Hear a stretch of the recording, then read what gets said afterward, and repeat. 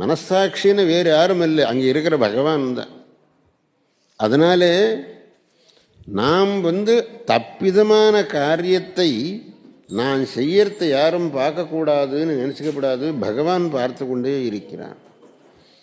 அதனால எந்த காலத்தையும் கூட தப்பிதமான காரியங்களை செய்ய போகாதிக்கு நம்முடைய கடமையை ஒழுங்காக செய்து கொண்டிருந்து பகவானுடைய சேவை செய்து கொண்டிருந்தால் நம்முடைய வாழ்க்கை பவித்திரமாக.